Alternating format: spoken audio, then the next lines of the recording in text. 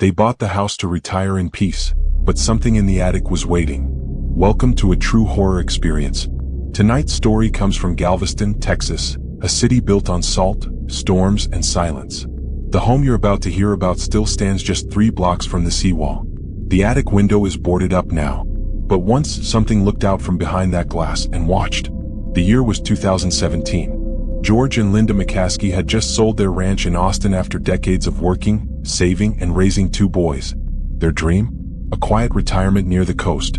And Galveston, with its sleepy neighborhoods, Victorian charm, and warm Gulf breeze, seemed perfect. They found a 3-bedroom home nestled at the end of a quiet street, paint peeling, porch creaking, but with potential. It was built in 1898, right before the hurricane that changed the town forever. But it had been renovated in the 80s, and the listing price was too good to pass up. The house had everything: a wraparound porch, tall windows, a clawfoot tub. And above it all, an unfinished attic with steep stairs and a single round window facing the street. The attic was locked when they moved in, sealed by the previous owners. Just storage, the realtor said, waving it off. For the first few weeks, everything was fine. Peaceful even. George spent his days gardening. Linda repainted the kitchen. Their only daughter, Emily, came down from Houston with her own daughter, Maddie, age 6. Maddie loved the place. She called it the fairy house, and spent her visit running up and down the stairs with that endless 6-year-old energy. But on the second day of the visit, Maddie did something strange. At breakfast she asked, "Grandma, who's the girl in the attic?" Linda looked up from her coffee. "What girl?" "The one with the pretty dress. She waved at me through the little window." George laughed it off. "That window's boarded up, honey." "No, it's not." She was smiling. Maddie munched on her toast, completely unfazed. She said her name is Elsie. That night, George went out with a flashlight and climbed the attic steps. The door was indeed locked, painted over, but when he ran his hand across the frame, he felt something odd, like a soft breeze through the cracks. When he leaned closer, he swore he heard breathing. He told himself it was just old wood, poor insulation. But the next morning, the attic door stood ajar. Linda thought George had finally opened it, but he hadn't touched it since. Maddie wandered upstairs that day while Linda was cleaning. When she came down an hour later, she was pale. "Elsie is sad," she whispered. "She wants to come down, but she can't." That night, Maddie started sleep-talking, whispering strange rhymes no one had ever taught her. Phrases like, "down the steps but not too loud. Elsie's friends live in the clouds." George installed a deadbolt on the attic door. The next morning it was unlocked. Linda decided to call the previous owner, a retired teacher named Mrs. Fenner who'd lived there for 30 years before moving into assisted living. Linda tracked her down through county records and gave her a call. "Ma'am," Linda said gently, "we're living in your old house. We've noticed some strange things upstairs. Did anything ever happen there?" Mrs. Fenner was silent for several seconds. Then she said, "That attic was never right. I locked it after my granddaughter spent a night up there. She saw someone, or thought she did. After that, I just sealed it. I figured it was best." "Do you remember a name?" Linda asked. "Elsie?" The phone went quiet, then a sharp intake of breath. "Elsie Graham," Mrs. Fenner said. "She was just a little girl when the hurricane came in 1900. Her family used to live there. She was never found." Linda's hand shook as she hung up. That night, George and Linda woke to the sound of footsteps above their room. Not shuffling, not settling wood, pacing. Then the faint sound of a child crying.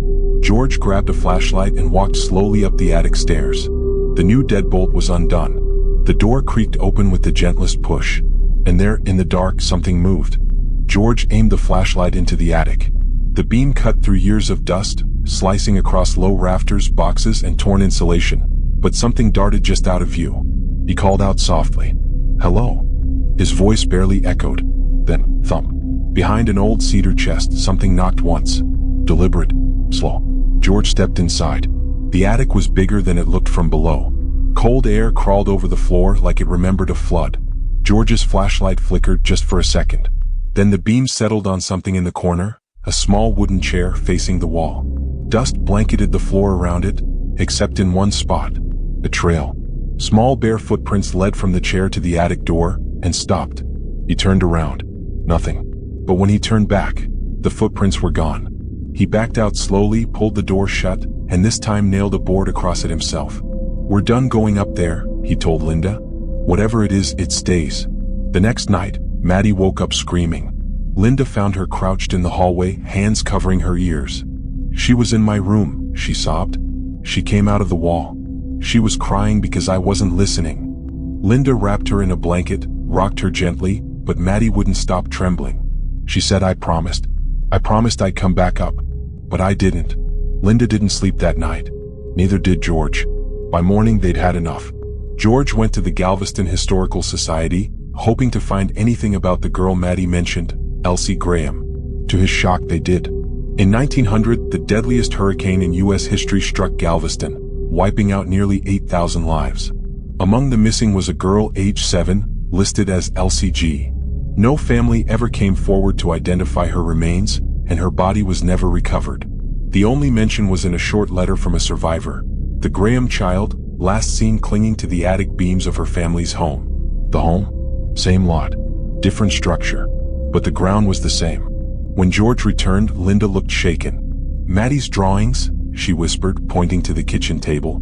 "Crayon sketches, dozens, lay scattered across the surface. All of them showed the same thing. A little girl in a white dress standing in the attic, her hands over her face. But in every drawing, her shadow was different. In one it had claws. In another, horns. In the final sketch, the shadow reached down from the ceiling like a spider and picked her up." That night, Linda tried to talk to Maddie. "Can you tell me what Elsie wants?" "She wants us to listen," Maddie said flatly. "She's scared. She said the storm never stopped. And something followed her in." George decided they needed to leave. Sell the house. Get Maddie out. But before they could list it, a violent thunderstorm hit the Gulf. Wind rattled the windows. Power flickered. And from upstairs, slam, the attic door swung open. George ran to the staircase. The nails had been torn out. The board lay cracked on the floor. From the attic, breathing. Then a faint voice, "Help me." Linda grabbed Maddie and ran to the car. George, still gripping the flashlight, climbed the stairs one last time. "I know who you are," he said. "I know what happened. But you can't stay." He opened the attic door. Inside, a shape, small, crouched in the corner, face hidden. "I'm sorry, Elsie," he whispered. The shape didn't move. But behind her, rising from the dark, a second shape emerged. Taller. Thin. Wrong. His limbs bent the wrong way. Its head scraped the ceiling. And when it looked at George, it smiled without a mouth. Then the light went out. The flashlight slipped from George's fingers and hit the floor with a clatter. Darkness swallowed the attic, thick and absolute. He stumbled back, heart pounding, arms out, trying to find the doorway again. But the air, God, the air, it changed. It wasn't just cold anymore. It was wet. Every breath dragged with the weight of seawater. The scent of salt and rot filled his nose, and then the creaking began, like timbers buckling under pressure. He heard the wind howling again, but it wasn't coming from outside. It was inside the attic, circling, screaming through invisible cracks. Then he heard a sound that broke him. A girl's voice. Not Elsie's. Maddie. It was calling her name. George lunged for the attic opening, blindly swinging his arms, feeling for the pull of gravity, something, anything, but his hand hit nothing. Just more wall. The entrance was gone. That thing, it had moved him. Or the space itself had shifted. The rules were changing. "George." Linda's voice screamed from downstairs. "Maddie's gone." The attic door burst open again, but it wasn't George who opened it. He was thrown out like the house spit him out. He landed hard on the hallway floor, coughing, soaked in something cold. He scrambled to his feet. "Maddie?" he gasped. "Where is she?" Linda was already by the front door, yelling out into the rain. "She was right next to me. The lights went out. I turned around, and she was gone." They searched the house. Every room. Every corner. No Maddie. Until George heard something faint. A whisper. From behind the walls. "Don't leave her." He followed the voice to the living room and stood near the fireplace. The whispers grew clearer. Desperate. Maddie's voice crying out, but muffled. As if trapped behind stone. Without a second thought, he picked up the fire iron and smashed the bricks around the old hearth. Piece by piece, the front of the fireplace gave way, and there, behind crumbling mortar and broken lath, was a narrow crawlspace just wide enough for a child. Inside, curled up and crying, was Maddie. But when George reached for her, her face looked wrong. Not scared. Not surprised. Just blank. He froze. "Maddie?" She looked up, smiled, and said in a voice that wasn't hers, "She knows you now." Then her eyes rolled back and she collapsed. George pulled her out, shouting for Linda, cradling Maddie against him. Her skin was ice. She was breathing but barely. They drove to the ER that night. Doctors ran tests, said she'd had a stress-induced seizure. No explanation. No answers. She recovered physically, but never spoke about the attic again. Back at the house, Linda packed everything. They were done. But George, he needed to know. Before they left, he went back to the attic one final time. Daylight was pouring in. Everything looked normal again. Boxes. The small wooden chair. Except now, there was a child's dress folded neatly across the seat. And on the wall, scratched in faint letters just above it, "She let it out." George backed away, heart hammering, and as he stepped through the attic threshold, a sudden gust of wind slammed the door shut behind him, from the inside. George stood frozen, staring at the slammed attic door. He was on the hallway side now, outside. But that wasn't what terrified him. It was the noise after the door shut. A long low hum. Like something sighing. Like something relieved. He didn't say a word to Linda. Not about the dress. Not about the message on the wall. They left the house that same afternoon. Maddie hadn't spoken since the night in the crawlspace. She'd eat, nod, respond to questions, but the spark behind her eyes was dimmer, like she wasn't entirely with them. Back at the motel, George sat in silence while Linda bathed Maddie. He opened his laptop and began digging through the property records for the house on Avenue M. And there it was, buried in an old microfilm database. A yellowed newspaper clipping from 1893. Galveston girl missing, presumed dead in attic tragedy. A girl named Lillian Everett, age 10, vanished after being locked in the attic during a violent storm. Her family claimed she'd gone up to retrieve a photo box and never came back down. But when they broke into the attic hours later, there was no sign of her. No body. No broken window. Just a single shoe. Authorities ruled it an accident. Blamed the storm. Called it a disappearance, not a death. But the article mentioned something else. Something strange. The Everett family reportedly moved only 3 days later, refusing to take any belongings from the second floor. The house sat vacant for years. But over the decades, tenants never stayed long. Reports of footsteps above the ceiling. Voices behind the walls. And in one case, a child vanished from their crib and was later found unharmed, curled up in a dark corner of the basement, whispering about a friend who lives in the attic. George read until dawn. At 5:32 a.m., his phone buzzed. It was a motion alert from the home security camera he'd forgotten to deactivate before they left. The notification showed movement inside the house. Shaking, George tapped the video feed. There, in the center of the living room, in the low gray light of morning, stood a girl. Not Maddie. Not Lillian. Just a figure, small and still. She looked toward the camera. And smiled. Then the feed cut out. They returned to Houston that same day. George canceled the lease remotely, paid the penalty, and told Linda they'd never speak of the house again. For a while things seemed normal. Until Maddie started sleepwalking. The first time she was found sitting on the staircase at 2:30 a.m., humming an old tune none of them recognized. The second time, Linda caught her crouched under the dining table, drawing shapes in crayon, circles with an X through them over and over. George tried to dismiss it as trauma, lingering anxiety. But something in his gut told him otherwise. And then Maddie spoke, for the first time since Galveston. He found her on the porch one morning, barefoot, staring at the street. "She's not in the attic anymore," Maddie said softly. George knelt beside her. "Who's not?" Maddie didn't answer. She just turned her head slowly toward him, like her neck resisted the motion. Her eyes, flat and distant, met his. "She's under the bed now." George didn't say anything at first. He just stood there on the porch, frozen, as the morning sun spilled over his daughter's pale face. "She's under the bed now," Maddie whispered again. He crouched to her level, trying to mask the terror in his voice. "Who is, sweetheart?" Maddie's eyes slowly blinked, too slow, like she was underwater. "The girl from the attic. She followed us." Linda had been inside just steps away. But George didn't call out to her. Something deep in his instincts told him to keep his voice low. Maddie was staring at something just past him, over his shoulder.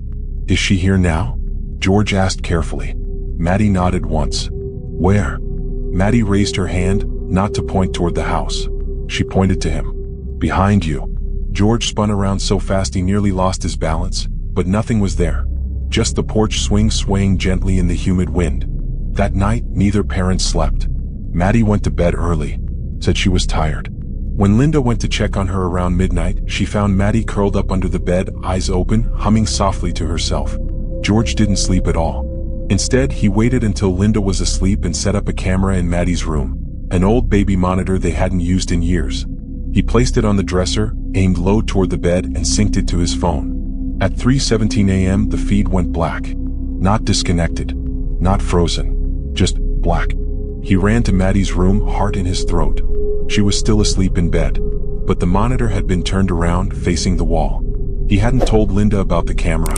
He hadn't told anyone. The next morning, George finally broke.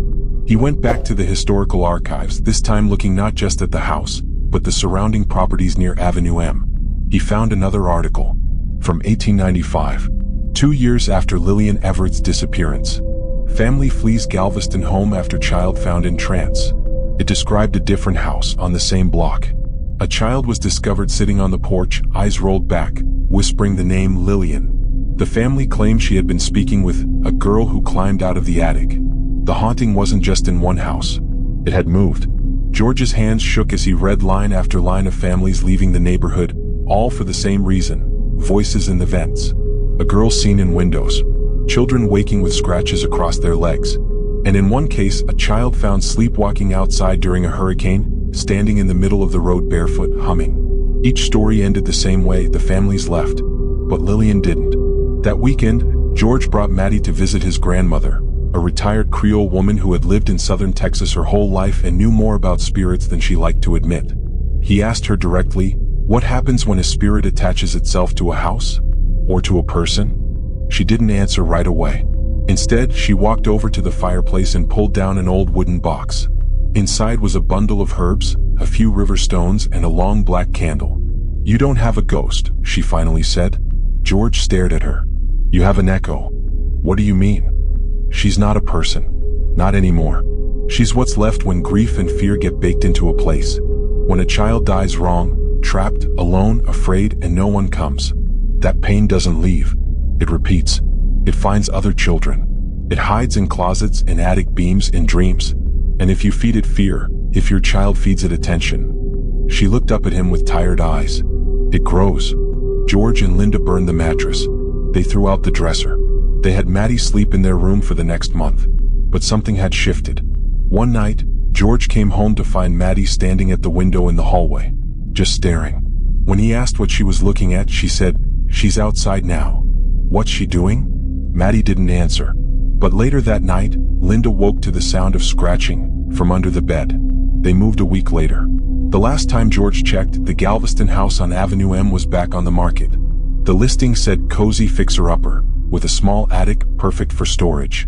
Maddie's drawing stopped. The sleepwalking faded.